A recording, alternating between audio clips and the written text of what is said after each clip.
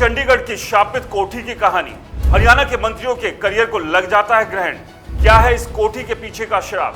पूर्व deputy CM ने भी छोड़ी शापित कोठी। दुष्यंत चौटाला ने क्यों छोड़ी कोठी नंबर 48? आज हम आपको बताएंगे एक ऐसी कोठी की कहानी जिसके पीछे लगा हुआ है शापित होने का कलंक। एक ऐसा कलंक जो हरियाणा के मंत्रियों के करियर को ही ग्रहण लगा देता है। ये कोठी एक बार फिर से चर्चाओं में, और चर्चा का कारण है पूर्व डिप्टी सीएम दुष्यंत चौटाला का इस शापित कोठी से शिफ्ट होकर पंचकुला जाना। हालांकि अभी तक यह कोठी किसी को अलॉट नहीं हुई है। ये कोठी है सेक्टर 2 में मौजूद कोठी नंबर 48। इस कोठी के साथ एक कहानी जुड़ी हुई है। ऐसा माना जाता है कि कोठी नंबर 48 में रहने वाले मंत्रियों में से ज्यादातर अगली दफा विधानसभा तक नहीं पहुंच पाते। अब जेजेपी नेता दुष्यंत चौटाला इस कोठी को 5 साल पूरा होने से पहले ही खाली कर रहे हैं। हालांकि अब वह मंत्री नहीं है, इसलिए खाली करना भी पड़ता। चलिए आपको समझाते हैं कोठी नंबर 48 के शापित होने का पूरा गणित है क्या।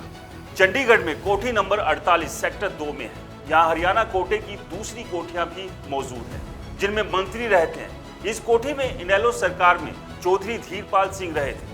वह 1999 से 2005 तक इस कोठी में रहे, लेकिन इसके बाद वह नहीं जीते। कोठी नंबर 48 में कांग्रेस सरकार बनने पर उस दौरान के फाइनेंस मिनिस्टर चौधरी वीरेंद्र सिंह रहने लगे, लेकिन वह भी 2019 में हार गए। उन्हें उचाना सीट पर ओम प्रकाश चौटाला ने विधानसभा में हराया।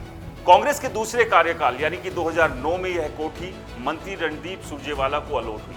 वह जीतकर विधानसभा तो पहुंचे, लेकिन उनकी सरकार सत्ता से बाहर होने पर वह मंत्री नहीं बन सके और कोठी खाली करनी पड़ी।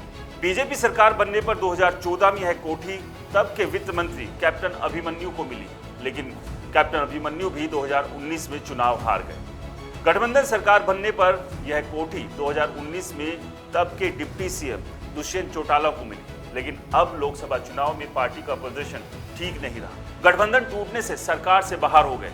अब वह यहाँ 5 साल पूरे नहीं कर रहे हैं। दुष्यंत चौटाला ने कोठी को पहले ही खाली कर दिया है। खैर, ये तो दुष्यंत चौटाला बता सकते हैं कि उन्होंने इस कोठी के इस अजीबोगरीब शराब की कहानी की वजह से इसे खाली किया, या फिर वो मंत्री नहीं रहे इसलिए। लेकिन अब ये देखना दिलचस्प होगा कि क्या इस कोठी से जुड़े हुए शराब का असर 2024 के होने वाले विधानसभा चुनाव के दौरान दुष्यंत चौटाला पर पड़ता है या नहीं, या फिर इस कोठी से जुड़ी ये कहानी बस इत्तेफाक भर है। इसको लेकर आपकी क्या राय है, हमें कमेंट्स कर जरूर बताएं। चैनल को सब्सक्राइब नहीं किया है तो चैनल को सब्सक्राइब करना ना भूलें। फिलहाल के लिए हमारी आपसे राम राम।